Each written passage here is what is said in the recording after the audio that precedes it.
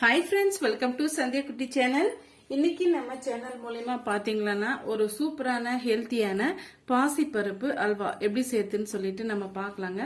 அதுக்கு பாத்தீங்கன்னா வீட்டில் இருக்கக்கூடிய மெஷர்மெண்ட் கப்பு அப்படி இல்லைன்னா டம்ளர் ஏதாவது நீங்க மெஷர் பண்ணி எடுத்துக்கலாங்க.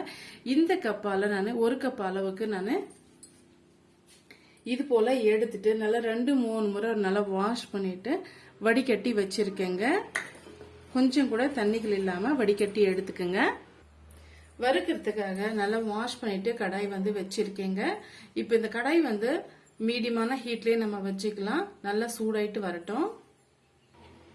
பாருங்க, நம்ம கடாய் வந்து நல்லா சூடாயிட்டு வந்துருச்சு. இந்த ஸ்டேஜ்ல நம்ம வடிகட்டி வச்சிருக்க பாசி பருப்பை சேர்த்து விட்டுக்கலாம். சேர்த்துட்டு ஒரு பிரவுன் கலர் வர்ற வரைக்கும் நம்ம வறுத்து எடுத்துக்கலாங்க. மீடியமான ஹீட்லயே வச்சுக்கோங்க. இது போல நம்ம வறுத்து விட்டுட்டே இருக்கணும். கேப் வந்து விடக்கூடாதுங்க, இல்லைன்னா டக்குன்னு கீழே கருகி வந்துடும். பாருங்க, இந்த அளவுக்கு நமக்கு பிரவுனிஷா வர வரைக்கும் நம்ம வறுத்து எடுத்துக்கணும். இப்போ இது ஒரு பிளேட்ல போட்டு நம்ம ஆற விட்டுக்கலாங்க. ஃபுல்லா வந்து ஆறி வரணும். ஆறி வந்த பிறகு நம்ம பவுடரை அரைச்சி எடுத்துட்டு வந்துடலாம். இப்போ பிளேட்டுக்கு மாத்திக்கலாம். பாருங்க, நல்லா ஆறி வந்துடுச்சு. இது போல ஆறி வந்திருக்கணும். இது கூட 2 ஏலக்காய் வந்து நம்ம சேர்த்துக்கலாம் வாசனைக்காக. சேர்த்துட்டு மிக்சி ஜார்ல சேர்த்துக்கலாங்க. மிக்சி ஜார்ல சேர்த்தாச்சுங்க. இப்ப ஃபைன் பவுடரை அரைச்சி எடுத்துட்டு வந்துடலாம். பாருங்க, இந்த அளவுக்கு பவுடரை அரைச்சி எடுத்துட்டு வந்தாச்சு. இது போல இருக்கணும். இப்ப இது ஒரு ஓரமா இருக்கட்டுங்க. இப்ப பாருங்க, கடாய் ஒண்ணு வச்சுக்கிட்டேன். இப்ப அந்த கடாயில 2 டீஸ்பூன் அளவுக்கு நெய் வந்து சேர்த்துக்கலாம். நெய் நல்லா வந்து மெல்ட் ஆயிட்டு வரட்டும். பாருங்க, நெய் நல்லா மெல்ட் ஆயிட்டு வந்துடுச்சு. இப்ப 1 டீஸ்பூன் அளவுக்கு முந்திரி பருப்பு உடைச்சு வச்சிருக்கேன். அதை வந்து சேர்த்து விட்டுக்கலாம். நம்ம எடுத்திருக்கிற அளவுக்கு 1 டீஸ்பூன் அளவுன்றது கரெக்டா இருக்கும். இப்ப இது நல்லா வந்து வறுத்து எடுத்துக்கலாம்.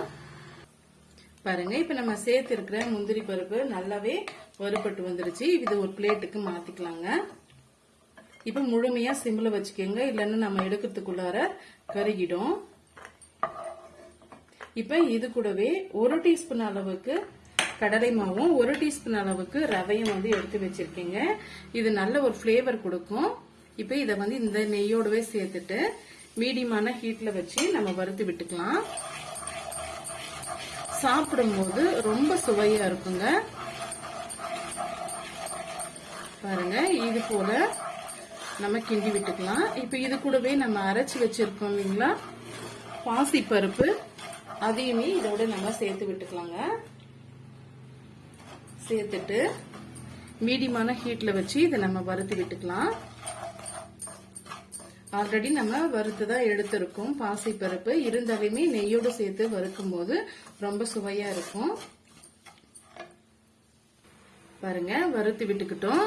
இப்ப இது கூடவே நம்ம தண்ணியை அளந்துட்டு சேர்த்துக்கலாங்க.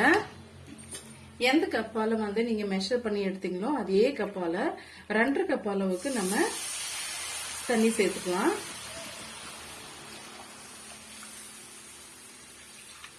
அப்பதான் நம்ம சேர்த்திருக்க மாவு வந்து நல்லா வெந்து வரும்.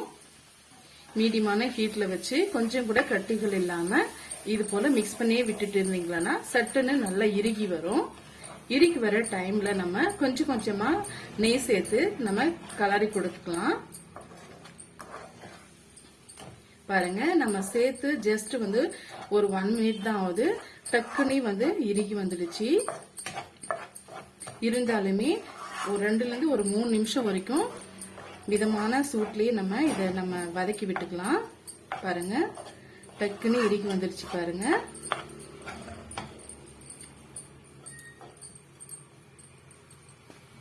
பாருங்க நல்லா இறுகி வந்துடுச்சு. இந்த ஸ்டேஜ்ல 1.5 கப் அளவுக்கு நம்ம சர்க்கரை சேர்த்துக்கலாங்க. இப்ப உங்களுக்கு அதிகமான ஸ்வீட் பிடிக்கும் நினைச்சீங்கன்னா 2 கப் அளவுக்கு சேர்த்துக்குங்க. சேர்த்துட்டு மிதமான தீயில வச்சு இந்த சர்க்கரை இறுகி வர வரைக்கும் நம்ம மிக்ஸ் பண்ணி விட்டுக்கலாங்க. கிண்டி கொடுத்துட்டே இருந்தீங்கன்னா இந்த சர்க்கரை வந்து நல்லா மெல்ட் ஆயிட்டு வரும். இப்போ நம்ம சேர்த்து இருக்க சர்க்கரையும் வந்து நல்லா மெல்ட் ஆயிட்டு நல்லா இறுகி வந்துடுச்சு, மாவோடும் சேர்ந்து வந்துடுச்சு. இப்போ இது கூட 1 டீஸ்பூன் அளவுக்கு நெய் சேர்த்துக்கலாங்க. நெய் சேர்த்துட்டு கிளறி கொடுக்கும் போதுதான் அந்த மாவு இன்னுமே நல்லா வெந்து வரும். நல்லா ஒரு அல்வா பதத்துக்கு வருங்க. கொஞ்சம் கொஞ்சமா நம்ம நெய் சேர்த்து இது போல நம்ம கிண்டி விட்டுட்டே இருக்கணும். அப்பதான் வாயில வச்ச உடனே கரையக்கூடிய பாசி பருப்பு அல்வா வந்து நமக்கு கிடைக்குங்க.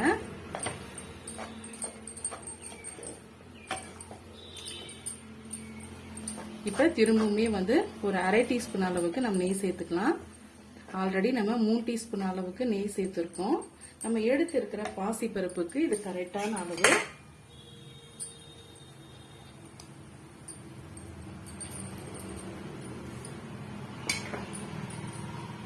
சேர்த்துட்டு இது கூடவே நம்ம பொரிச்சு வச்சிருக்க முந்திரி பருப்பை சேர்த்து விட்டுடலாங்க. இப்ப அப்படியே கிண்டி கொடுத்துட்டே இருக்கலாம்.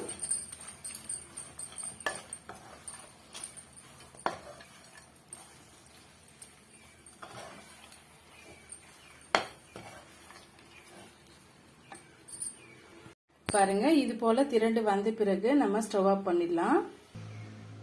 இப்ப நம்ம சேது வச்சிருக்க பாசி பருப்பு அல்வாவை சேர்த்துக்கலாங்க.